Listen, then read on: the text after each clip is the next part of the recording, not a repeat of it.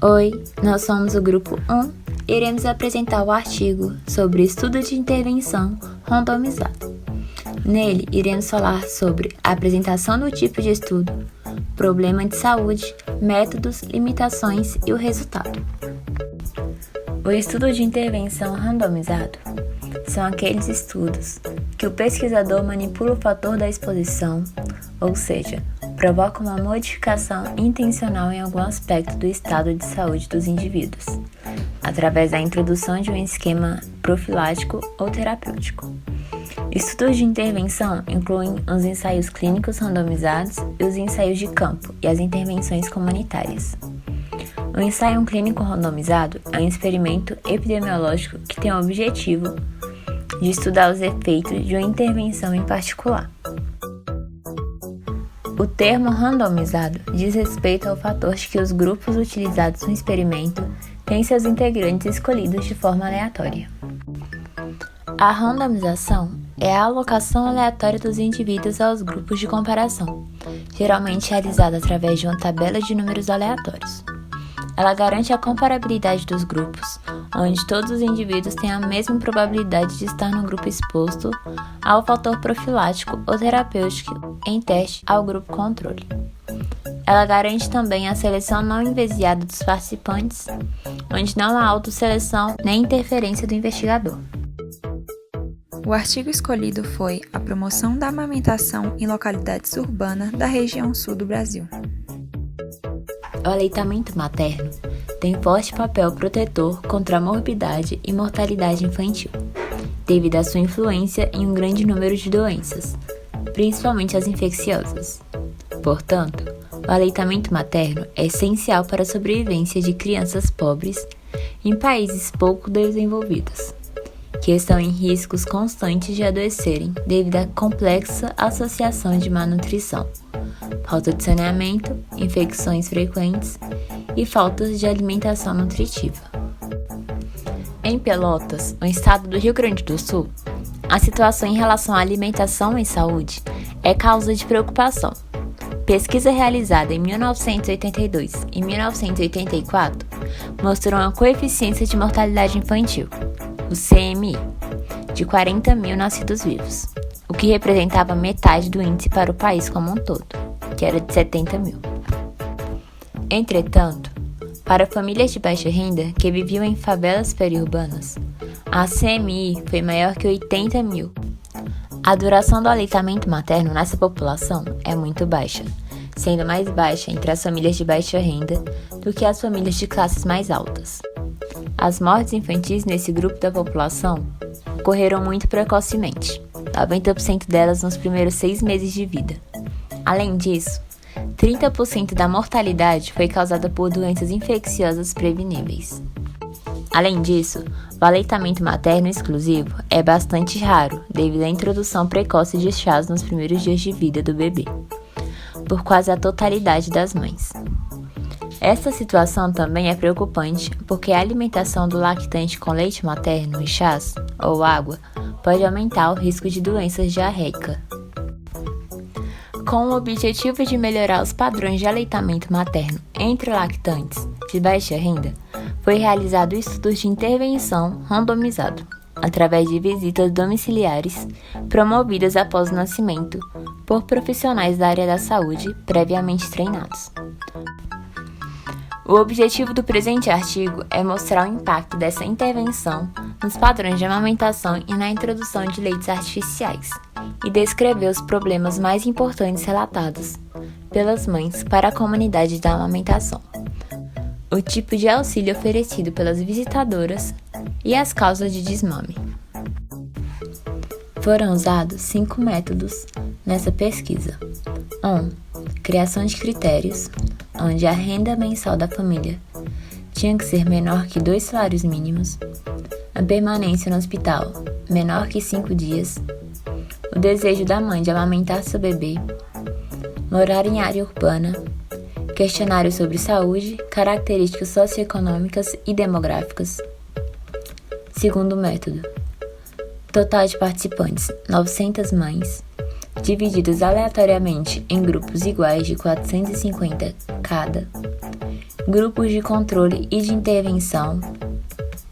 Terceiro método: observação nos períodos de 5, 10 e 20 dias após o nascimento do grupo de intervenção, assistido por assistentes sociais ou nutricionista. No acompanhamento foi realizado treinamento sobre a fisiologia da lactação, as dificuldades mais comuns que a mãe encontra para amamentar e suas melhores soluções. E depois do acompanhamento era respondido um questionário sobre como foi o aleitamento e como foi solucionado os problemas decorrentes. Quarto método: durante 6 meses, uma enfermeira avaliou os 2 grupos sem saber os objetivos do estudo. Os 2 grupos tiveram o desmame 6 meses depois do nascimento e o resultado demonstrou que a intervenção aumentou a prevalência e a duração do aleitamento materno e conseguiu retardar a introdução de leite artificial.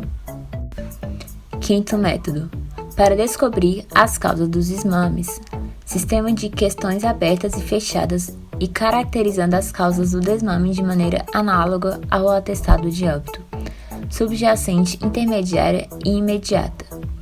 Verifica-se que o fato do bebê chorar excessivamente é frequentemente a causa básica do desmame. Limitações: a enfermeira que avaliou os grupos de intervenção e controle 6 meses após o nascimento não conhecia o objetivo do estudo e não recebeu nenhuma informação sobre as visitas de intervenção. Porém, não foi possível mantê-la totalmente desinformada do assunto, pois as famílias comentavam sobre as visitas anteriores.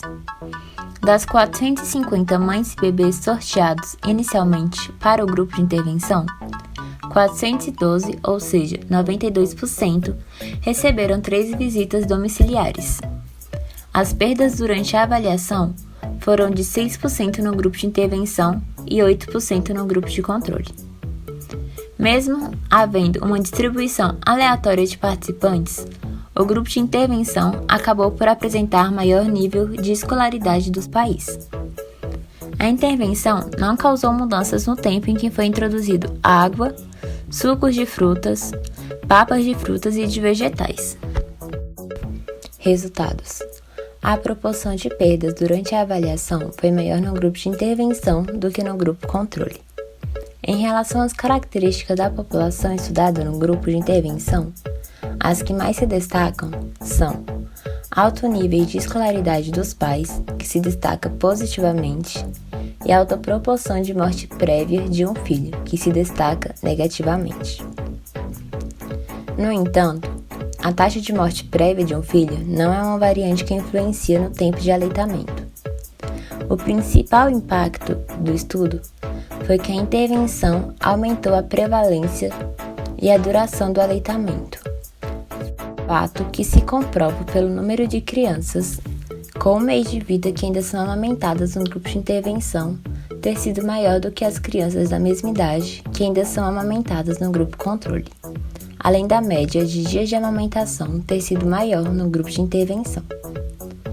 Em suma, a melhor consequência da intervenção foi o ganho em relação à quantidade de tempo do aleitamento, que se mostrou superior em relação ao grupo controle. Porém, alguns problemas, como fissuras mamárias, engurgitamento mamário, mamilo plano, dor no seio, leite insuficiente e leite fraco, foram relatados pelas mães do grupo de intervenção. Ainda vale acrescentar que o principal motivo relatado para o desmame foi a falta ou a insuficiência do leite da mãe, ou o leite secou.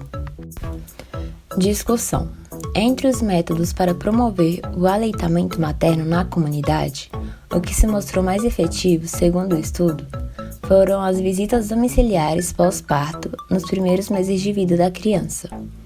Esse tipo de intervenção se faz necessária em países que a alta hospitalar é precoce, juntamente com a falta de educação a respeito do aleitamento é insuficiente.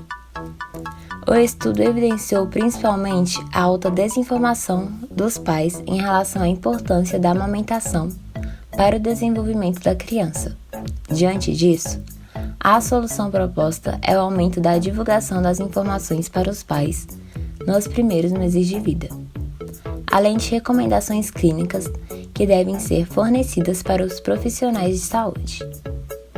Outra solução importante seria a vinculação de campanhas da mídia que informem os pais sobre os padrões normais de comportamento do lactante e sobre a interação mãe e bebê.